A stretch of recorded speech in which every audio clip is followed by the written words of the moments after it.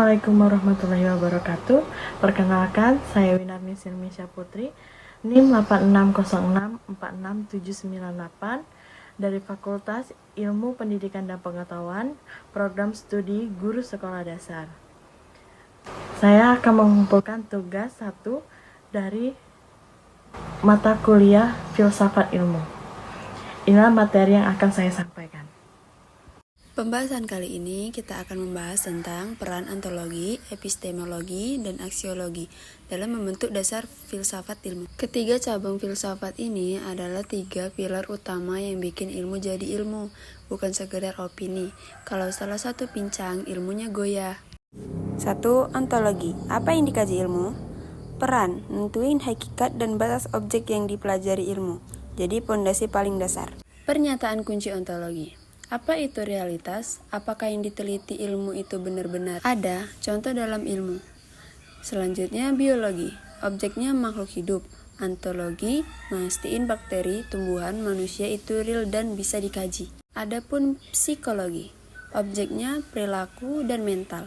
Ontologi dulu debat, jiwa itu ada nggak? Akhirnya sepakat fokus ke perilaku yang bisa diamati. Adapun fisik kuantum. Sempat bingung ontologinya. Elektron itu partikel atau gelombang. Jawaban ontologinya nentuin cara kita meneliti.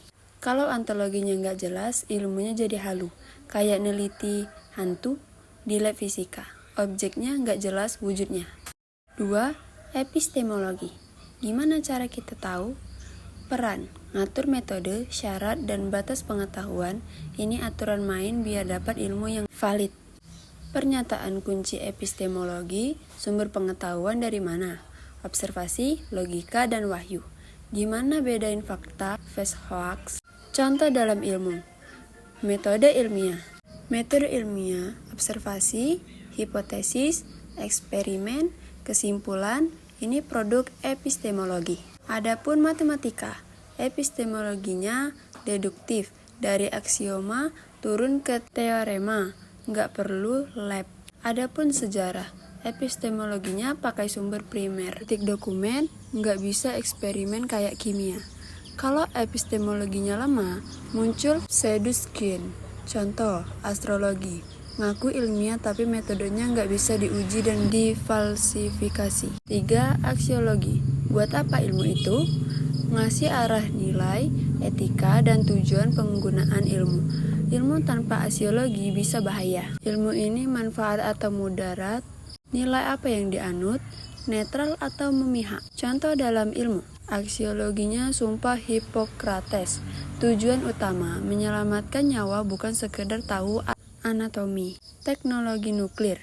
Bisa buat PLTN, manfaat bisa buat bom.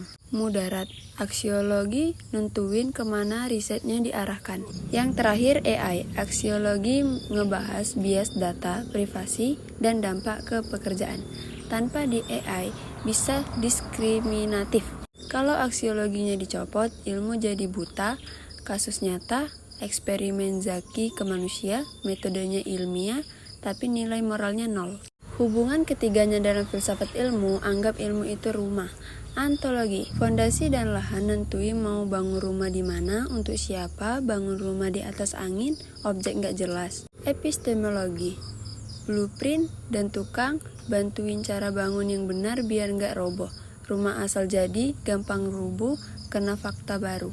Yang terakhir, aksiologi, fungsi dan aturan pakai rumah buat tempat tinggal atau buat gudang senjata. Rumah bagus tapi dipakai buat kejahatan.